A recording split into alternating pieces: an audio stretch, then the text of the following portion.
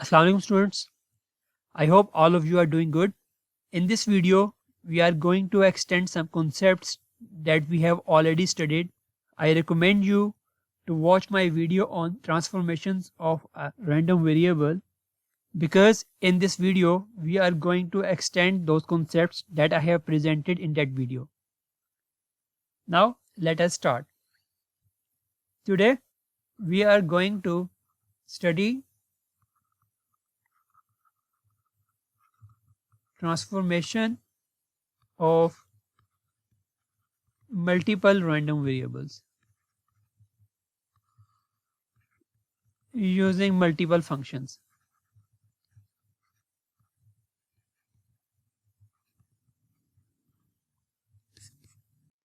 Recall that in the video in which I have explained transformation of a random variable, we had a transformation t of x, and when you apply a random variable to this transformation, you get a new random variable y, for which the density function of output fy of y was fx of x into modulus function of dx over dy. Now in this video, we have set of transformations ti which is dependent on x1, x2 up to xn and random variables. It means at the input you have different random variables x1, x2 up to xn, and you have multiple functions or transformations, and at the output you get different random variables y1, y2 up to yn. So in this video we are going to extend this concept for multiple random variables using multiple transfer functions. And here there are n transformations. Here I is from 1 to n. There are n transformations. So let's suppose you have yi is equal to ti of x1, x2 up to xn, where I is equal to 1 to 2 up to n. There are n transformations, and from these transformations, let us assume that you can find out the inverse transformations. That means inverse transformations exists. It means tj inverse of y1, y2 up to yn. This inverse transformation gives to xj's, where j is also from 1 to n. So if you can find the inverse transformations from this transformation, the joint density function of random variables y1 to yn can be represented as, we are going to extend this expression for n random variables. So the joint density function of output random variables y1 to yn can be expressed as f y1, y2 to yn, y1, y2 up to yn of f x1, x2, xn is equal to x1, x2, xn. Here these x1 to xn are determined from this expression. We will see how can we find it, and this joint density function is multiplied by determinant of Jacobian function. This j is Jacobian function. The Jacobian is the determinant of a matrix of derivatives, and this Jacobian can be defined as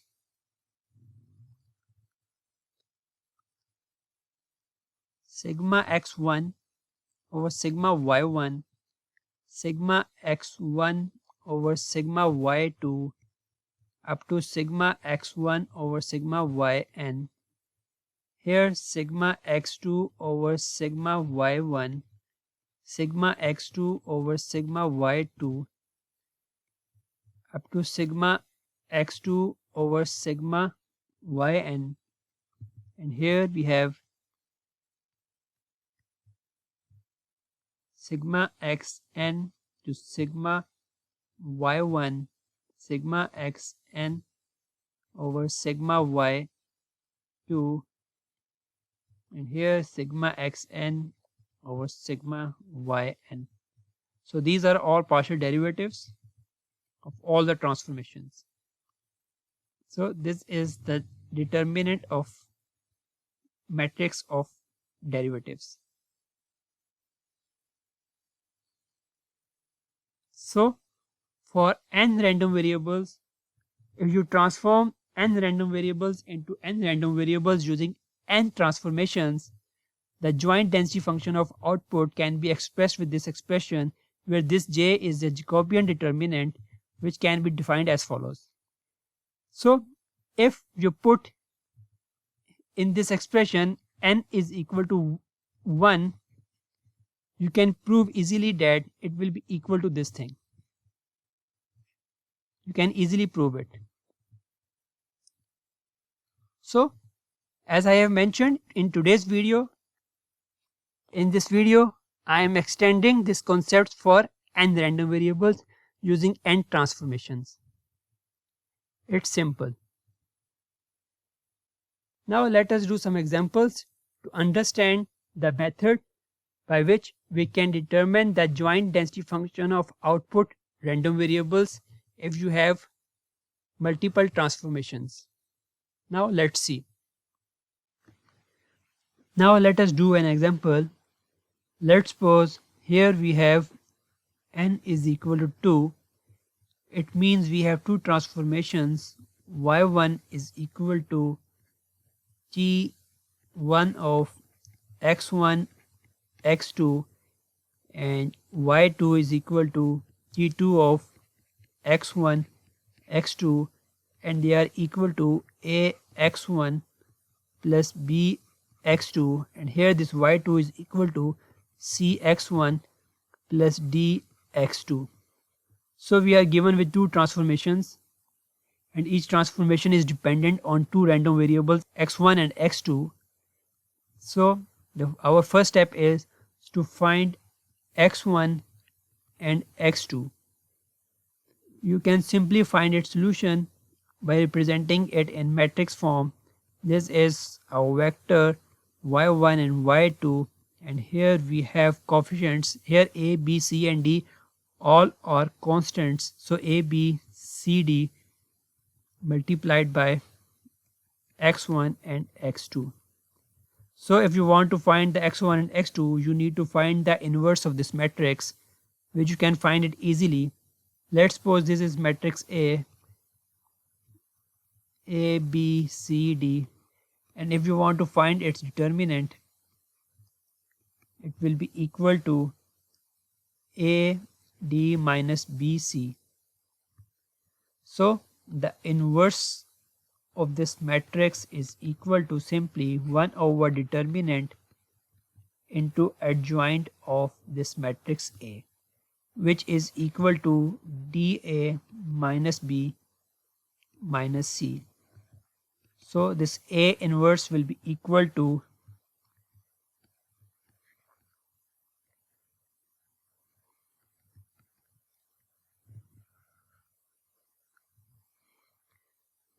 D over AD minus BC minus C over AD minus BC minus B over AD minus BC, and here we have A over AD minus BC.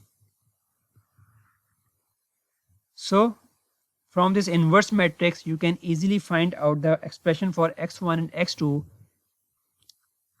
which are equal to x1 is equal to 1 over AD minus BC into dy1, this is d, minus b y2, this is b, and similarly for x2 you have 1 over ad minus bc into minus c y1 plus a y2. So these are the expressions for x1 and x2. Now your next step is to find the Jacobian function, which is this thing, and it is for n is equal to 2, it is actually sigma x1 over sigma y1 sigma x1 over sigma y2 sigma x2 over sigma y1 sigma x2 over sigma y2.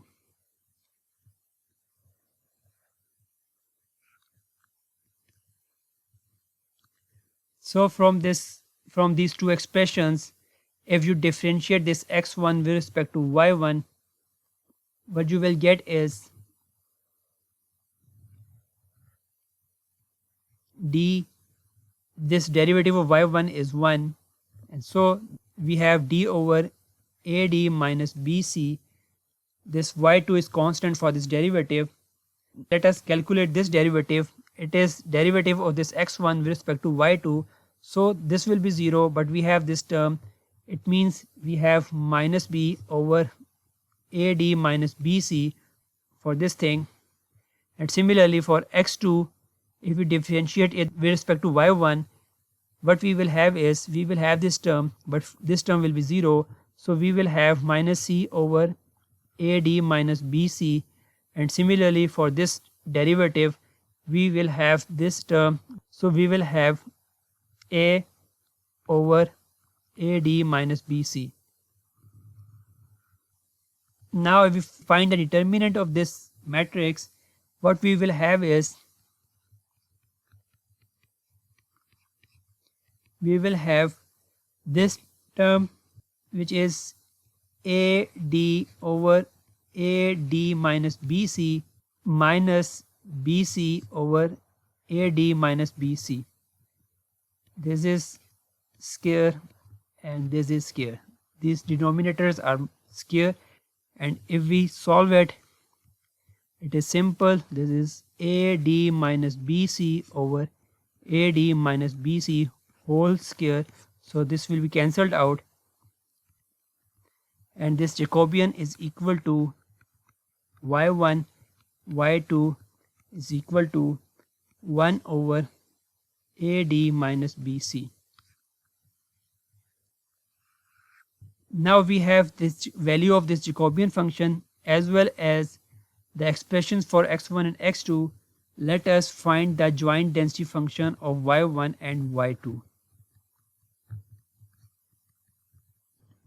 So the joint density function of y1 and y2 is equal to fx1 x2 of x1 x2 into Jacobian function y1 y2, and it is equal to fx1 x2. This x1 is this thing, which is equal to dy1 minus by2 over ad minus bc, comma, this x2 is given here, which is equal to minus c y1 plus a y2 divided by ad minus bc, and multiplied by this Jacobian, which can be written here, this ad minus bc. So this is the expression for joint density function of fy1 and y2.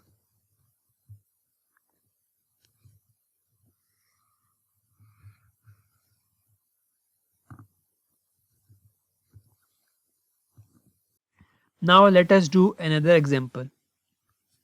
Now let's suppose this time we have y1 is equal to product of x1 and x2. We have two random variables, and for y2, which is simply equal to x1.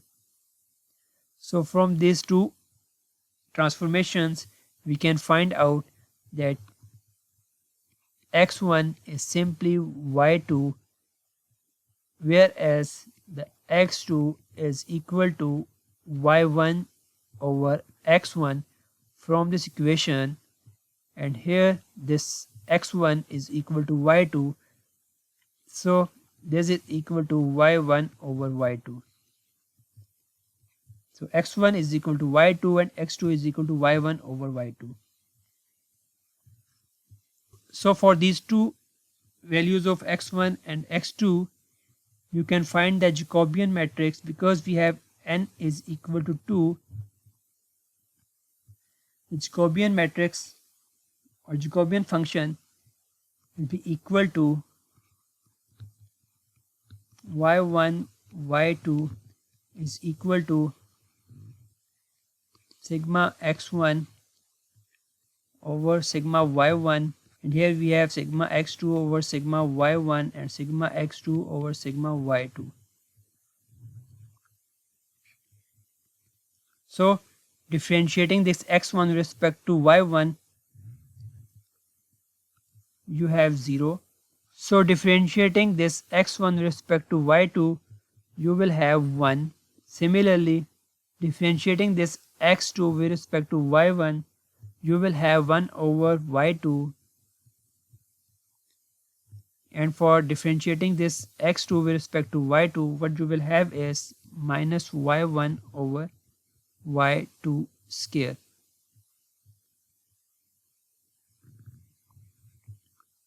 So its determinant will be equal to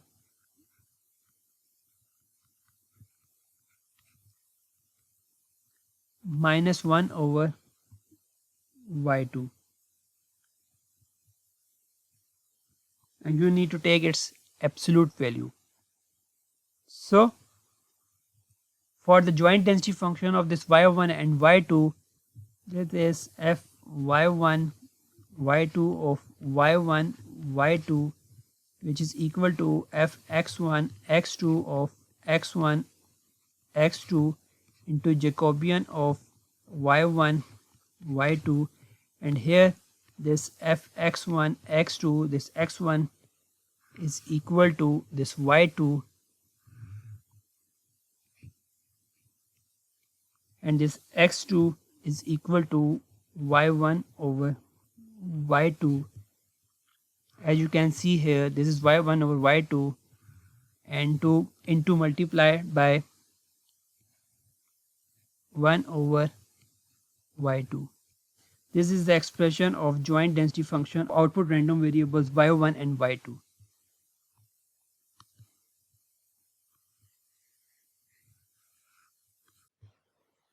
Now come to the last part of this video. Let's suppose we have n Gaussian random variables x1, x2 up to xn. Then their joint density function can be written as we have done it in my video, which was on jointly Gaussian random variables. So this joint density function of these random variables can be written as xn, x1, x2 up to xn is equal to inverse of covariance matrix determinant raised to power 1 by 2 over 2 pi raised to power n by 2 into e raised to power minus x bar transpose into cx inverse x minus x bar divided by 2. Now let's suppose we have n linear transformations that transforms these n random variables into n random variables y1, y2 up to yn. And these transformations can be represented as y1 is equal to a11 x1 plus a1 to x2 so on to a1n xn, whereas the second transformation for random variable y2 is a21 x1 plus a22 x2 plus so on to a2n xn. Similarly, for nth random variable of output yn, its transformation is equal to an1 x1 plus an2 x2 up to ann xn. In this linear transformations, all these a11, a12 up to ann, they are all constants and they are all real numbers. So if you have a transformation like this and you have n random variables which are jointly Gaussian expressed by this density function, then the joint density function of output random variables can be expressed as fy1 y2 to yn of y1 y2 up to yn is equal to covariance matrix of y inverse raised to power 1 by 2 over 2 pi raised to power n by 2 into e raised to power minus y bar transpose covariance y inverse matrix into y minus y bar whole divided by 2. So if you linearly transform n random variables using the linear transformations given here, you will get jointly Gaussian random variables, and in this expression this cy matrix is equal to transformation matrix into covariance matrix of input variables into transformation matrix transpose, where this transformation matrix is equal to, you can determine it from these transformations. Here this transformation matrix is equal to a11 a12 up to a1n a21 a22 up to a2n. Here we have an1 an2 up to ann. This is n, and this is the covariance matrix of input random variables. If you want to know about it, you can watch my video about jointly Gaussian random variables. So let us do an example and let's do a linear transformation of Gaussian random variables using linear transformation, and let us derive the expression for the output random variables. Let's suppose we have two random variables n is equal to x1 and x2. They are jointly Gaussian with variance of x1 given as 4 and variance of x2 is given as 9, whereas the covariance between x1 and x2 is equal to 3, and the means of x1 and x2 are equal and they are equal to 0. So using this data, we can write the covariance matrix Cx is equal to 4 3 3 9. As you know that this diagonal entries are representing the variances of random variable x1 and x2, whereas the anti-diagonal entries are the covariance. Now let's suppose we have linear transformation represented as y1 is equal to x1 minus 2x2 and y2 is equal to 3x1 plus 4x2. So from here you have y is equal to t times x. Here this t matrix is equal to 1, minus 2, 3 and 4. So now our task is to find Cy, which I have just explained that it is equal to transform matrix into covariance matrix of input random variables into transform matrix transpose. So it is equal to 1, minus 2, 3, 4. This covariance matrix is given 4, 3, 3, 9. Transpose of this transform matrix, it will be equal to 1, 3, minus 2, 4. And if you solve it, your covariance matrix of output random variables will be equal to 28 minus 66 minus 66 and 252. So from here you can easily determine that the variance of y1 is 28, whereas variance of y2 is equal to 252, whereas the covariance between random variables y1 and y2 is equal to minus 66. Here you have this covariance matrix. Once you have this covariance matrix, your job is almost done. From this covariance matrix, you can easily find the inverse of this covariance matrix and find the expression for this joint Gaussian density functions. It's simple. If you do not know how to find the expression for this joint Gaussian density function, please watch my video on jointly Gaussian random variables.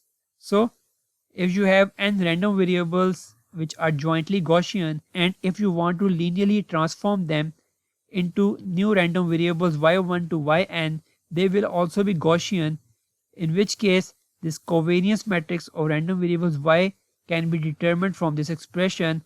Now the one last thing about the averages of random variables y1 and y2 which are given here. As you know that you are transforming input random variables x using this transformation which is linear. If this is a linear transformation, then you can write it as y minus y bar is equal to transformation into x minus x bar, because you are given that the averages of input random variables are equal to 0. So from here you can conclude that the averages of random variable y1 is equal to y2 to 0. So after putting the values of y1, y2 and from this covariance matrix, you can easily find out yourself the expression for this jointly Gaussian output random variables y1 to yn. So this is end of today's video. I hope you have understood all the concepts presented in this video. If you have any question, please feel free to ask me anytime. See you in the next video. Thank you very much.